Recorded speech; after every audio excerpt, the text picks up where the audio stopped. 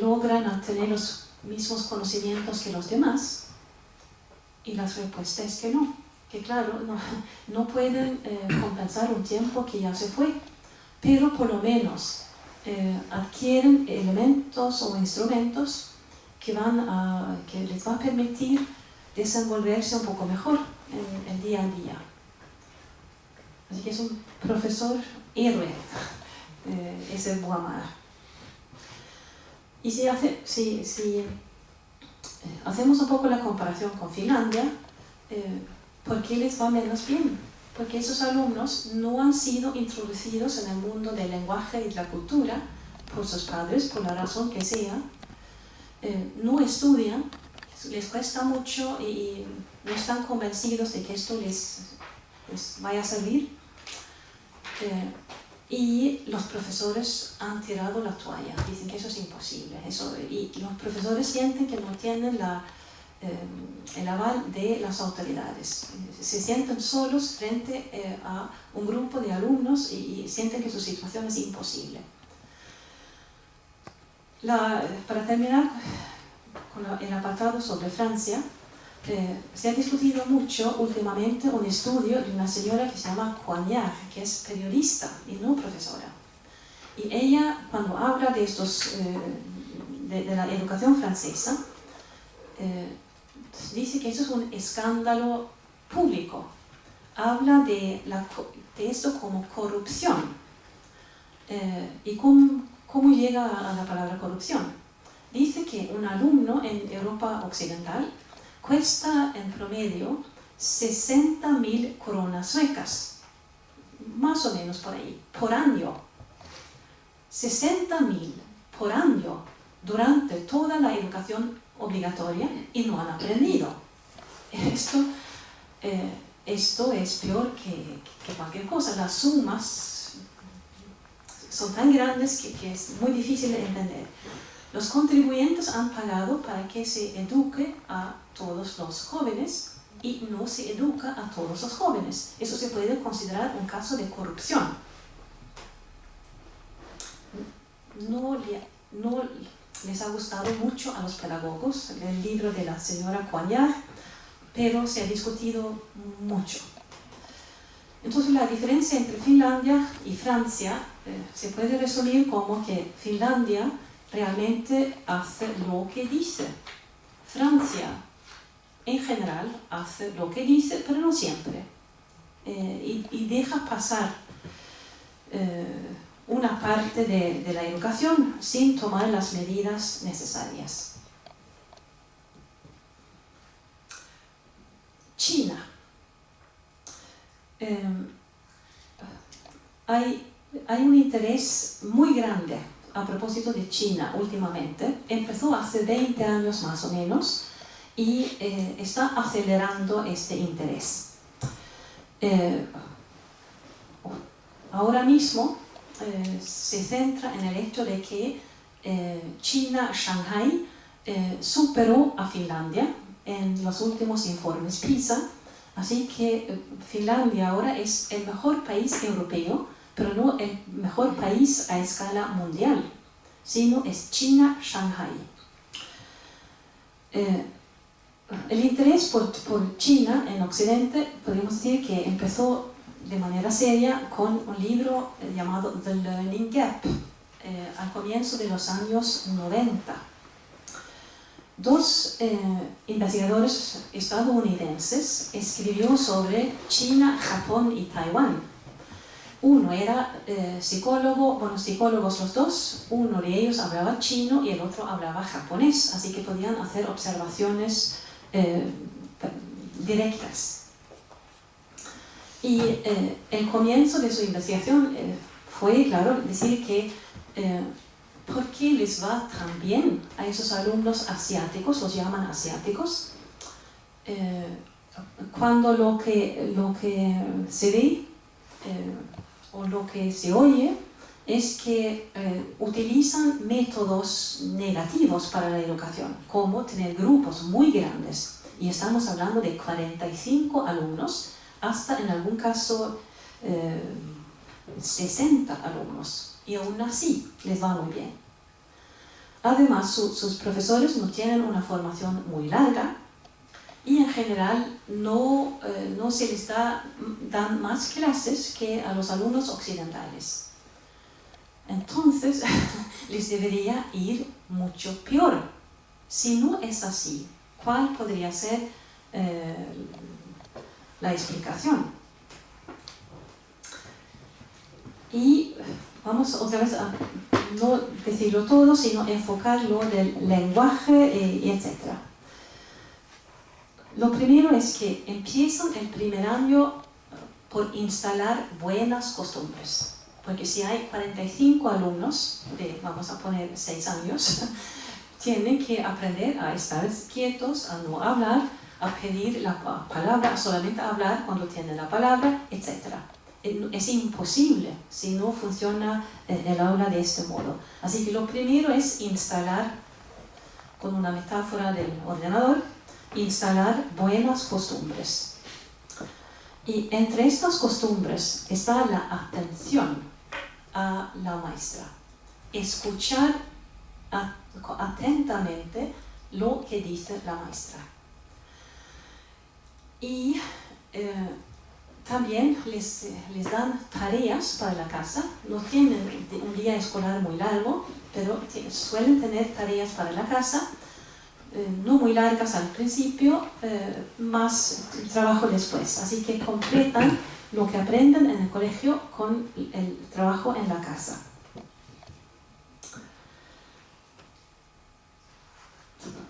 Además, dicen esos psicólogos que los ven, miran lo que hacen en lengua y en matemáticas, el primer año y el quinto año, los miran durante las pausas, hablan con los profesores, hablan con los padres y también contradicen otra idea que circula en el occidente, esos que son alumnos muy presionados, que su salud mental está muy mal. No, dicen esos psicólogos, les parecen niños contentos y felices, tienen recreos largos y dicen, lo importante es que sepan lo que esos alumnos saben, lo que se espera de ellos. Tienen un mundo seguro en ese sentido, que saben lo que los padres esperan de ellos, lo que los profesores esperan de ellos, y saben que los demás alumnos están en la misma situación. Así que hay un marco de seguridad que ayuda a los alumnos a obtener esos buenos resultados. Así que la seguridad podría ser una diferencia. Saltamos a una investigación sueca, un catedrático de Gotemburgo que se llama Terence Marton, que escribió un estudio sobre la paradoja china. ¿Y por qué paradoja? Bueno, por el mismo motivo que si tienen clases tan grandes, si la enseñanza no está individualizada y si una parte de sus métodos es la memorización, les debería ir muy mal a esos alumnos, porque es lo contrario de lo que se enseña en la pedagogía occidental. ¿Por qué entonces les va al revés estupendamente y hasta en Occidente? Arrasan en las grandes universidades americanas. ¿Cómo se explica? Bueno, Morton se va a Hong Kong con unas doctorandas chinas para ver cómo explicar la paradoja china. Y claro, ve que la paradoja es porque está mal planteado el problema. Y llega a la conclusión de que el modelo de enseñanza es el siguiente. Los alumnos están en clase, el profesor ahí les explica lo que deben aprender. Y muchas veces el profesor explica a un grupo muy grande. Así que hay una sola explicación para todo el grupo en general. Explica lo mejor que pueda, claro. Después los alumnos tienen tarea. Y la tarea es para que un alumno que no haya entendido bien en clase recupere o se ponga al nivel de los demás. Es para que después de trabajar cierta unidad de aprendizaje, todos los alumnos sepan realmente ese contenido. Así que la tarea es para dar otra posibilidad más de entender lo que se está explicando, lo que se está estudiando. Bueno, el alumno vuelve al aula, ahí el profesor les toma la lección y quizá añade algo más, quizá añade una excepción, da otro ejemplo más, así que trabaja un poco más el mismo problema. Y los alumnos otra vez tienen tarea. Y aquí hay algo muy interesante, porque si ya han tenido ese contenido como tarea, ¿por qué necesitan la misma tarea una segunda vez? Claro, porque no es la misma tarea. La segunda vez, la idea es que los alumnos aprendan a leer o a manejar esos contenidos de manera fluida y automática. No solamente haberlo oído, no solo haberlo comprendido de manera rápida, sino realmente convertir lo estudiado en un instrumento de pensamiento. Así que lo interesante aquí es la fase que podemos llamar de automatización. Y entonces vuelve Morton. Entonces es una paradoja que aprendan. No, en realidad no. Simplemente aprenden bien. Porque la primera vez realmente comprenden lo que dice la profesora. Después, si no han aprendido, bueno, aprenderán leyendo en casa. Después, en la segunda clase, obtienen la garantía del profesor de haber entendido bien, lo cual les da como energía para automatizar lo que se ha explicado en clase. La comparación, si los alumnos hacen un proyecto individual o grupal en el colegio, ellos no pueden estar al 100% seguros de haber entendido bien. Y en general no aprenden realmente y menos automatizan lo aprendido. Que es también quizá un poco más fortuito en comparación con un camino de aprendizaje. Así que no hay paradoja. Ese es el resultado del estudio de Morton.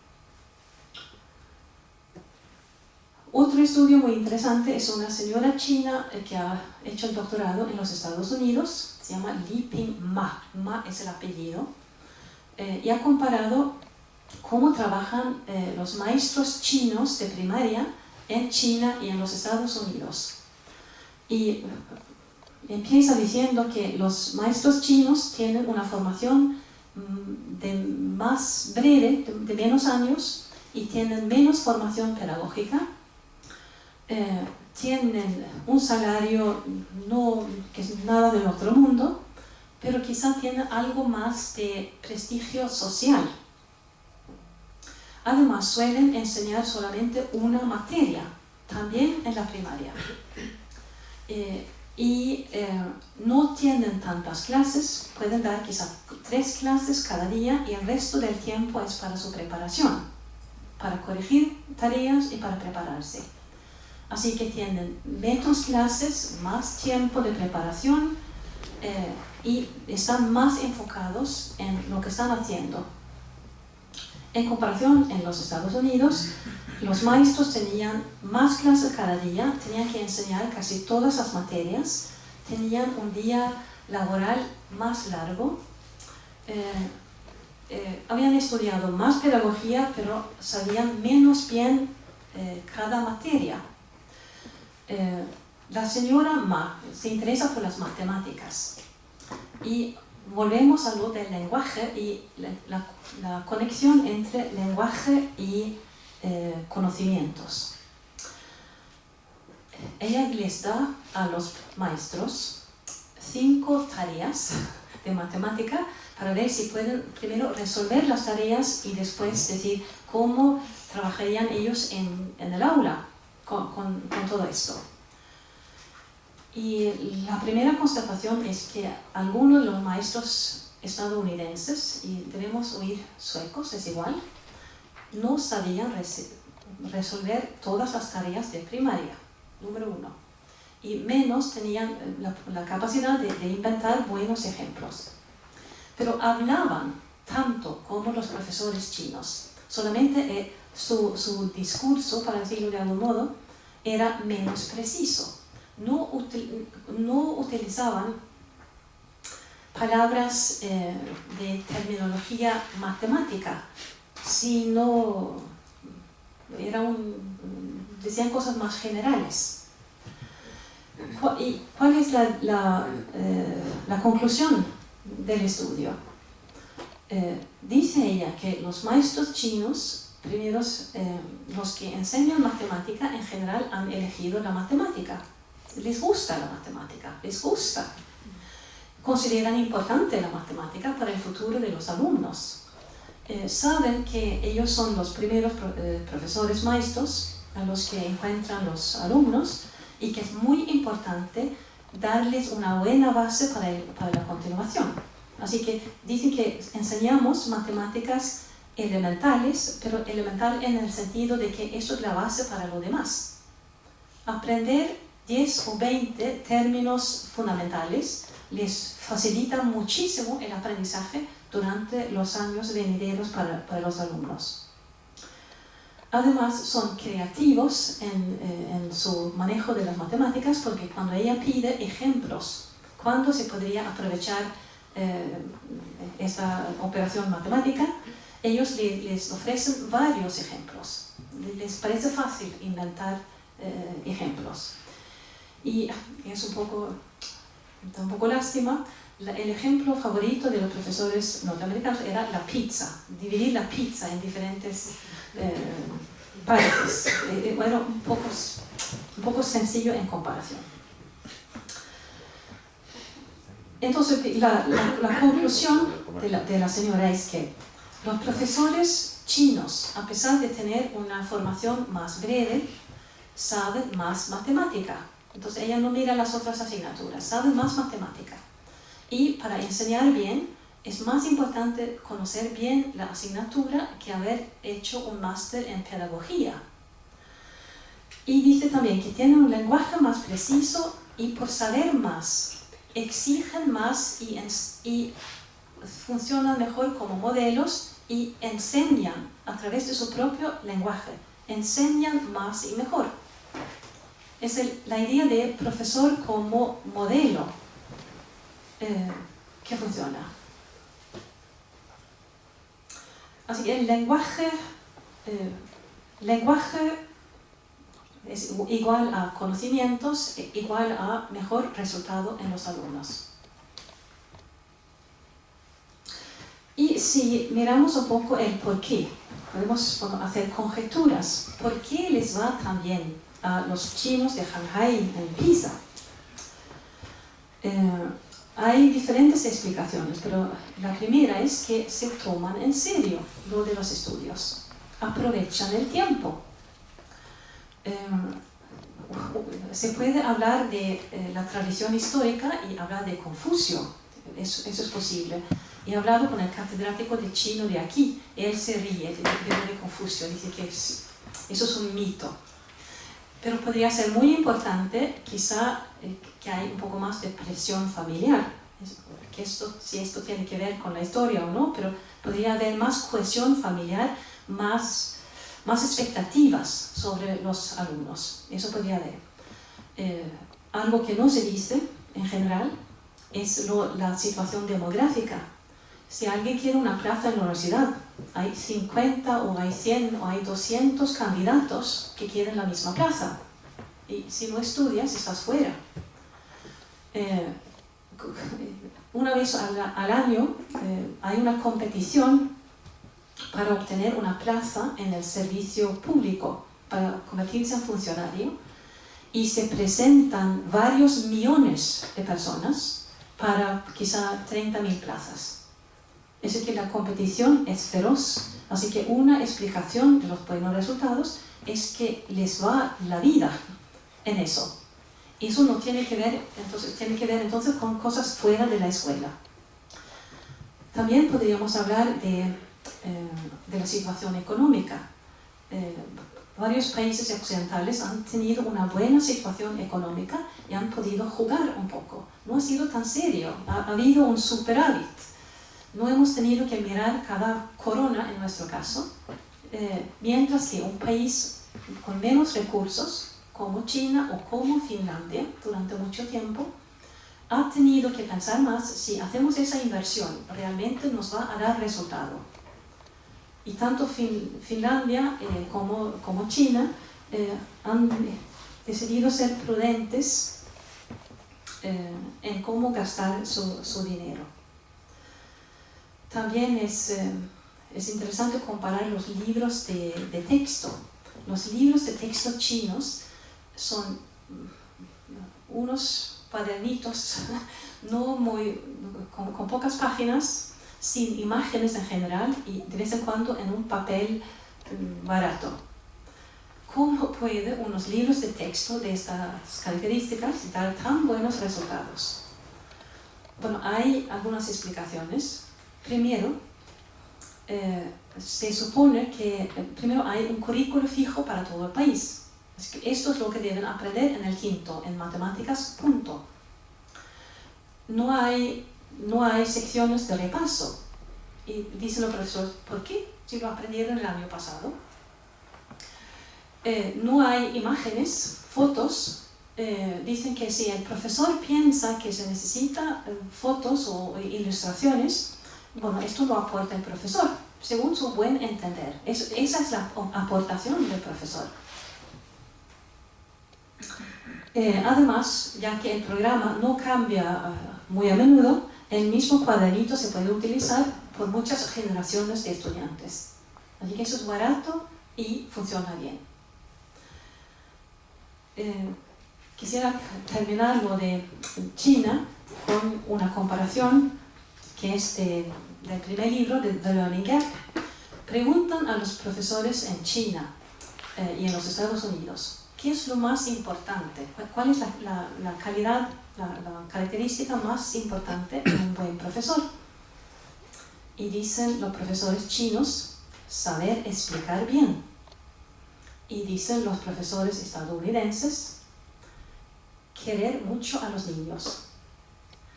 Y se supone que todos los profesores quieren a los niños, pero la cuestión es cómo mostrar ese cariño, si es a través de una buena explicación o no.